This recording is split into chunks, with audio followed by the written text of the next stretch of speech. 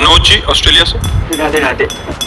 राधे राधे महाराज जी। महाराज जी, मुझे विष्णु सहस्त्र नाम में श्रद्धा है और कंठस्थ भी किया हुआ है। समय के अभाव के चलते कभी कभी चलते फिरते जॉब पर जाते हुए पाठ कर लेता हूँ और कोई साधन पूजा नहीं हो पाती, किंतु भगवान जी की स्तुति का जो पाठ है, जैसे भीष्म स्तुति, कुंती स्तुति आदि गाता रहता हूँ। महाराज जी, विदेश की लाइफ में अकेलापन बहुत है, जिसके चलते इंद्रियां भोगों की तरफ जाती हैं और जानबूझकर या अनजाने में शास्त्र विरुद्ध कर्म हो जाते हैं। जबकि लोग मुझे देखकर सीधे कृष्ण नाम लेते हैं, उनको मुझे देखते ही कृष्ण स्मृति होती है। अंदर से कभी आवाज आती है कि तू भगुला भगत बन रहा है, कृपया महाराज जी मार्गदर्शन करें। मैं कैसे चलता हूं? पहली तो अच्छी बात यह है कि आप अपना बहुत बढ़िया निरीक्षण परीक्षण कर रहे हो, आप दोषों को दोष मान रहे हो, इसलिए धन्यवाद है। आप दोषों को दोष तो मान रहे हो, नहीं तो प्राय ऐसा होता है कि दोषों को हम सुख बुद्धि से, गुण बुद्धि से उनको दुश्मन को दुश्मन मान ले तो एक दिन हट जाएगा। तो आप दोषों को दोष मान रहे हो, आप अपने को मान रहे हो कि हमसे त्रुटि हो रही है। अब इसमें खास बात है कि जैसे स्तुति है, विष्णु सहस्त्र नाम है, ये पवित्र भगवान के जो स्तुति ग्रंथ आदि है, इनको पवित्र अवस्था में ही गान आदि किया जाता है। अब जैसे आप जिन पादुका को पहनकर शौचालय गए, जिन पादुका को पहनकर लघु शंका हुए, वही पादुका पहने आप विष्णु शास्त्र नाम पाठ करें तो शास्त्र मर्यादा कहती है ये ठीक नहीं है। नाम जप कर सकते हो, लेकिन जो स्तुति आदि है, जो पवित्र पाठ आदि है, उनको पवित्र अवस्था में कर लो जब आपको समय मिले। अब या फिर पवित्र वस्त्र और वो पादुका होनी चाहिए जो शौच और बाथरूम में प्रयोग न करे, ऐसा होता है। शूज जो वर्क के होते हैं, वर्क पे पहन के जाने के, वो नहीं, हम कह रहे हैं आप ड्यूटी में गए, आपको लघु शंका लगी, आप सोच गए, तो उन्हीं पादुका को पहन के तो जाएंगे ना। तो फिर उनमें कैसे आप शास्त्रीय सब स्तुतियों का कैसे आप पवित्र चलती रहती है। मैं करने नहीं चाहता हूँ तो भी अंदर चलती रहती है, अचानक शुरू हो जाती है और बस चलती रहती है। शौच में भी, शौच में भी चलती है, वैसे भी चलती। वैसे हमारी हाँ, वैसे देखो, इसीलिए हम, अगर पीछे आपने सुना हो, हमने कहा है कि शास्त्रीय पद्धति का उल्लंघन करके मनमानी आचरण करने पर, भागवती होने पर भी उसमें काम क्रोध आदि की अधिकता पाई जाएगी।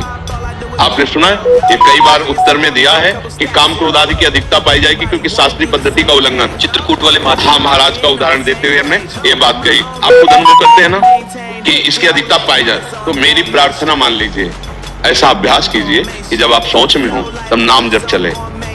जो नाम प्रिय हो, राम कृष्ण हरि राधा, जो नाम प्रिय हो आपको, उस समय नाम जप किए। और जब पवित्र हो तो आप मन में या उच्च स्वर से आप स्तोत्र गायन करें, आप विष्णु सहस्त्र नाम गायन करें। जब आपको ऐसा आभास हो रहा हो कि मेरे वस्त्र अपवित्र है, मेरी पादुका आदि अपवित्र है जो मैं पहने हुई हूँ, उस समय नाम जप कीजिए। भगवान के बड़े मधुर मधुर नाम है, नामों का स्मरण कीजिए। लेकिन जो पवित्र स्तुतियां हैं, पवित्र स्तोत्र है, मुझे लगता है पवित्र अवस्था में किया जाए तो आपको विशेष लाभ मिलेगा। तो चलते फिरते नहीं कर सकते? आप पवित्र हो तो कर सकते हो। मतलब वैसे तो आपके वस्त्र पवित्र हो, आपकी पादुका पवित्र हो। वस्त्र पवित्र होते, स्नान करके ही करता हूँ, बिना स्नान। हाँ, तो आपको जब आभास है कि मैं पवित्र हूँ, पर शूज नहीं होते ना पवित्र, शूज तो आना चाहिए। अब देखो, हम इसीलिए प्रार्थना करते हैं कि अगर हम कहीं बाहर जैसे गए, हम पहले तो लकड़ी की पादुका पहनते थे, जैसे गए तो लघु शंका अगर हम करेंगे तो लकड़ी की पादुका को उतार के नंगे पैर करेंगे, पैर धो के फिर लकड़ी की पादुका पहले, क्योंकि गुरुजी ने कहा था कि जिस पादुका में लघु शंका और शौच होना, उसमें मंत्र न जपना। तो मंत्र निरंतर जपने का अभ्यास कर, तो हम उस पादुका को पवित्र रखते हैं। हमें नंगे पैर लघु शंका के पैर धोए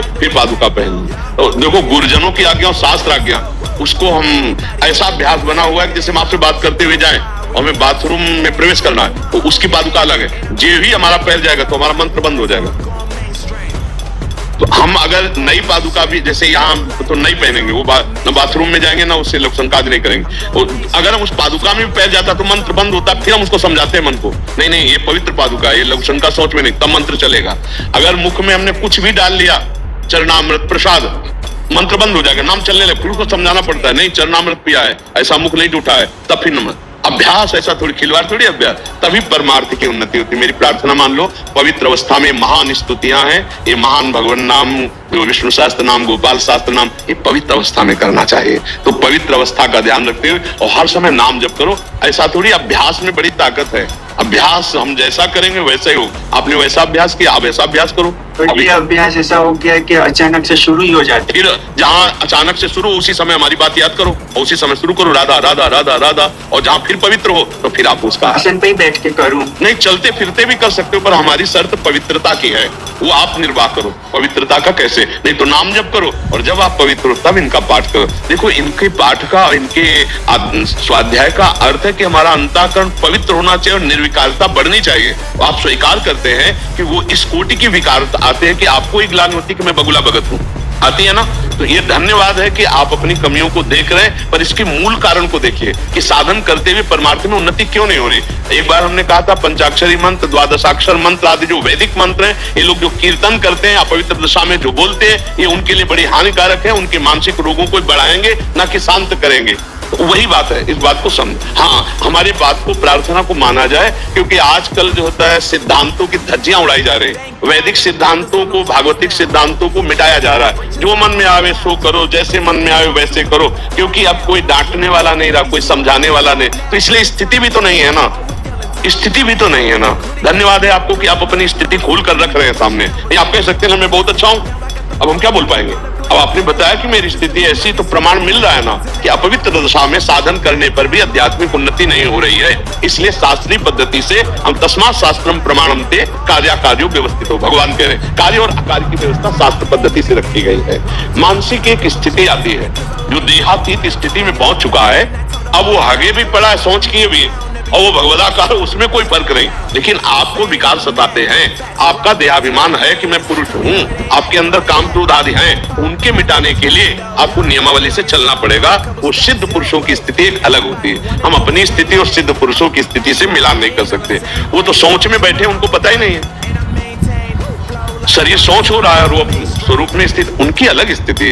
हम शरीर के ही अनुसार चल रहे हैं, शरीर भाव में, तो हमको शास्त्र के अनुसार चलना पड़ेगा।